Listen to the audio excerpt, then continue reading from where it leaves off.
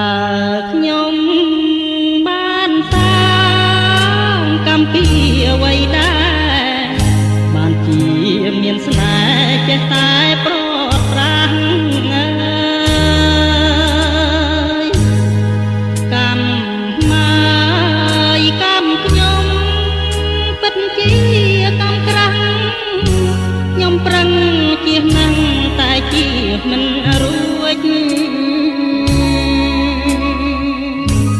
ធ្វើបុណ្យដាក់បាតសន្សំកុសលជាស្ពានឆ្លង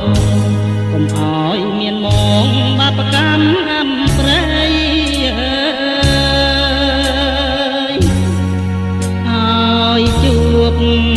តែសុខផុតទុក្ខអង្កេយបានជួបស្នេហ៍ថ្មីសុំតែក្តី